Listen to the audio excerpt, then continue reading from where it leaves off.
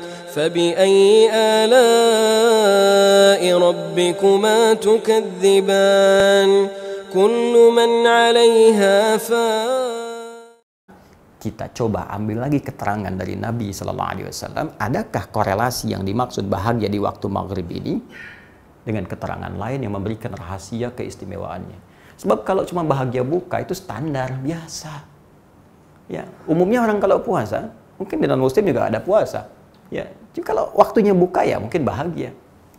Karena itu konteks kebahagiaan orang beriman akan terasa lain. Karena orang bahagia, orang beriman itu bahagia dengan imannya, menangis dengan imannya, sedih dengan imannya, Masya Allah. Ya, jadi iman yang punya sinar dalam kehidupan jiwanya, yang menerangi anggota tubuhnya. Yang paling menarik ada keterangan lain di hadis Nabi Sallallahu Alaihi Wasallam. Kalau yang tadi ini di hadis Muslim, ada satu korelasi yang bisa dibahas dengan hadis yang kedua, riwayat Imam At-Tirmidzi. Ya, ini nama aslinya Muhammad, tumbuh dan berkembang di Tirmidzi sehingga dikenal dengan At-Tirmidzi. Ya, ini kita temukan riwayatnya sahabat Abu Hurairah. Ya, sama persis dengan yang di atas. Ya, nomor hadis 2526. Ini riwayat sahabat Abu Hurairah. Ini pun yang pertama riwayat sahabat Abu Hurairah. Dan yang paling menarik, mari kita lihat korelasinya. Di hadis ini disampaikan oleh Nabi, thalathatun. Ada 3 golongan. La turaddu da'watuhum. Yang doanya sulit untuk ditolak oleh Allah Subhanahu wa taala. Dalam bahasa lain, yang doanya begitu mudah dikabulkan oleh Allah. Di 3 golongan yang doanya cepat dikabulkan oleh Allah. 1, al-imamul adil.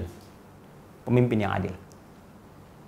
Baik, bahasanya akan cukup panjang. Kalau bagian pertama ini kita masuk ke konteksnya karena kita sedang kultum, ya.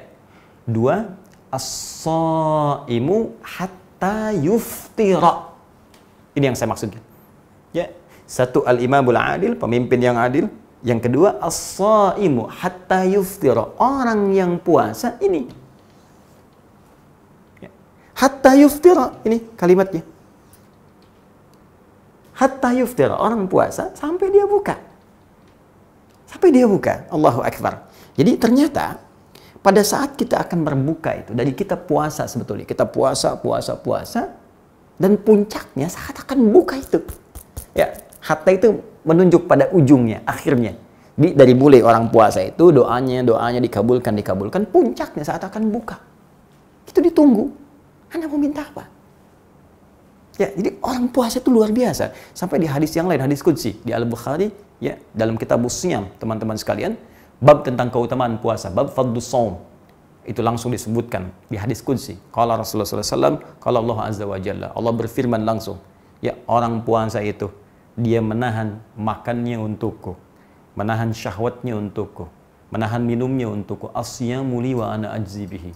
Ya, puasa yang kerjakan, diniatkan ikhlas untukku, aku akan memberikan bagian-bagian terbaik untuknya. Aku berikan pahala sesuai dengan kadar keikhlasannya.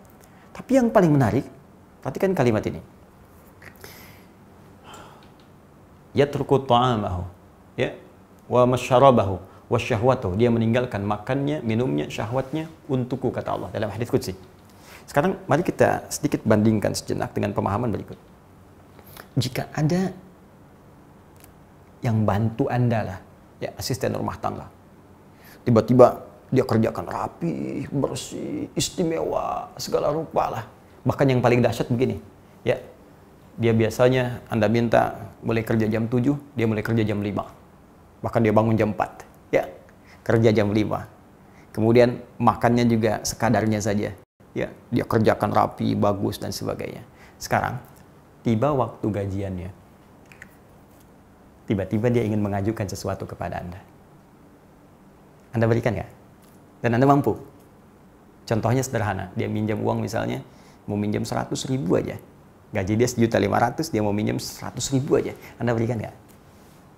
Maka demi Allah saya katakan, jangankan Anda menunggu dia gajian, sebelum gajian pun Anda sudah ingin memberikan sesuatu yang terbaik untuknya. Kalau bisa, sebelum dia minta, Anda sudah tambahkan. Tambahkan 2 juta, tambahkan serupa gaji yang pertama.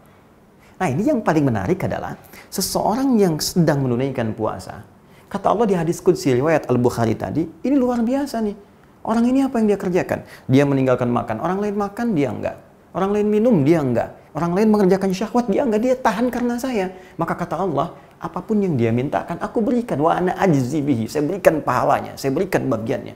Apa di antara bonus pahala itu? Pahala nanti di akhirat didapatkan. Tapi bonusnya bagi orang spesial diturunkan di bumi.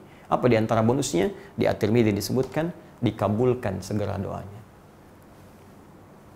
Karena itulah orang-orang, teman-teman sekalian, mohon maaf, yang tiba saatnya waktu dia berbuka, dianjurkan oleh para ulama memperbanyak doa dulu. Jangan langsung makanan dulu, langsung minuman dulu. Ya, sehingga tiba-tiba nggak sadar dia mau minta apa. Nah, karena itu, para ulama menghadirkan dua kemuliaan yang dimaksudkan ini. Satu telah kita bahas dalam bentuk doa-doa. Apa di antara doanya? Mari kita uraikan.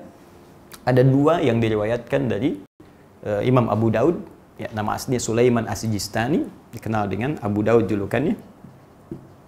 Ya.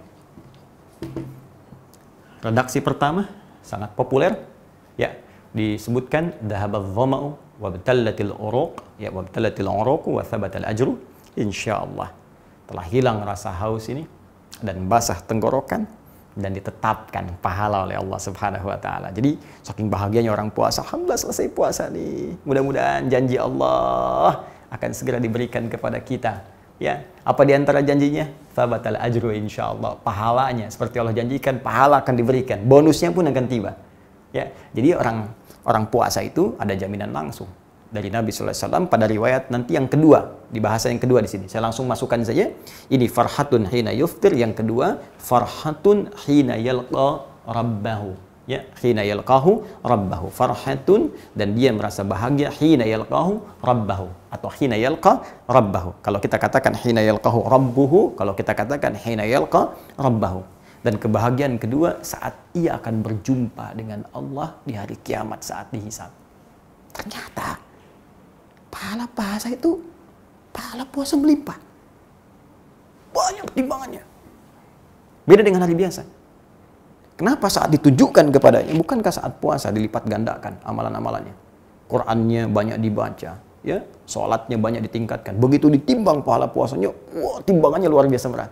Karena itulah ketika ia berjumpa dengan Allah di hari kiamat saat dihisab, dia merasa senang, bahagia ketika dimunculkan pahala puasa. Untuk itulah kita berdoa saat berbuka, wa tsabatal ajru insyaallah. Mudah-mudahan ya Allah puasa saya berhasil. Apa yang kau janjikan untuk diberikan di hari kiamat, melipat gandakan pahala saya, memberatkan mizan saya, engkau kabulkan ya Allah. Itu maksudnya. Ya, tapi jangan lupa, ini baru doa pengantar. Kita belum hadirkan ini, jawaban dari yang ini. Mana doa yang kita mintakan untuk bonus dunia kita? Minta sama Allah. Ya, karena itu dalam riwayat yang kedua di Abu Daud, ya. Dan ini Syekh Abdul Qadir Al-Armut menyebut riwayat ini dikuatkan oleh riwayat-riwayat yang lainnya. Ya, jadi pandang baik sampai Imam Abu Daud pun diam pada riwayat ini. Dan orang-orang Mekah mengetahui kalau Imam Abu Daud diam itu saleh, artinya baik, bisa digunakan sebagai dalil. Ya, Allahumma laka sumtu ya wa ala rizqika aftartu. Jadi dengan bersungguh-sungguh ya Allah, aku telah puasa. Alhamdulillah aku akan berbuka dengan rizkimu. Dan ada riwayat yang ketiga dari Ibnu Umar radhiyallahu taala anhuma. Ini yang mau saya sampaikan. Kita kecenderungan membatasi pada dua riwayat di sini saja.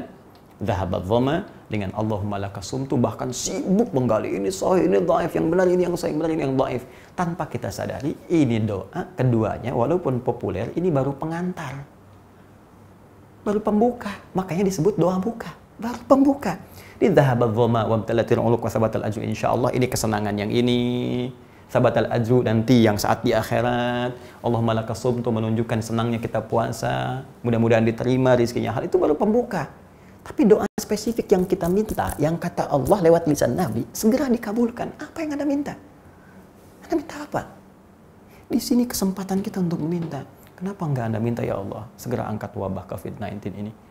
Ya Allah, berikan rezeki kepada saya lewat pekerjaan saya. Ya Allah, sabarkan keluarga kami. Ya Allah, hilangkan masalah dalam rumah tangga kami. Pernah enggak kita minta itu selama berbuka? Ya Allah, saya ingin keluarga saya jadi penghafal Quran. Pernah enggak minta? Sebagian hanya sibuk kemudian membahas ini sahih, ini dhaif, dan lupa dalam kaidah ilmu hadis hadis dhaif sepanjang bukan parah dan tidak terkait dengan aspek-aspek yang pokok akidah, ya, sifatnya atau ibadah yang utama seperti sholat, sepanjang dia fadailul a'mal, ibadah keutamaan seperti doa, itu boleh digunakan. Apalagi ini ada syawahid. Dia nggak usah berdebat masalah Allah malaka sumtu, dhahabadh dhama'u. Anda mau pakai silahkan, tidak ada masalah. Cuman yang jangan lupa, itu baru doa pembuka. Anda ini yang Anda butuhkan pernah diminta nggak? Ini saat yang paling tepat untuk bermohon. Karena itu Ibnu Umar radhiyallahu ta'ala anhuma meriwayatkan sebuah hadis dan hadisnya sahih. Ya, sepakat hadisnya. Apa yang paling indah? Bahasanya sangat luar biasa. Ya Allahumma, ya Allah, birahmatika uftir. Ya. Bahkan kalimatnya lebih lengkapnya lagi, wasi'at kulla syai'in. Ya. Inni as'aluka an taghfira liya. Ya Allah, dengan rahmatmu aku berbuka. Di mana? Dengan rahmatmu saat ini aku berbuka. Engkau berikan rahmat aku bisa puasa, Engkau berikan rahmat aku bisa berbuka. Dan rahmatmu ya Allah meliputi segala hal, termasuk bagi para pendosa. Dengan rahmatmu akan diampuni semua dosa-dosa. Ini cerdas. Ini cerdas.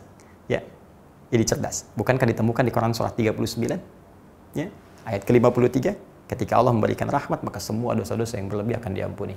Qul ya ibadiyalladzina asrafu ala anfusihim la taqnatu min rahmatillah. Ya, katakan Muhammad pada hamba-hambaku yang berdosa. Yang berdosa, la taqnatu min rahmatillah. Jangan pernah putus asa dari rahmat Allah Subhanahu wa taala. Sekarang rahmat Allah diberikan saat buka, di antaranya dijamin doa diampuni.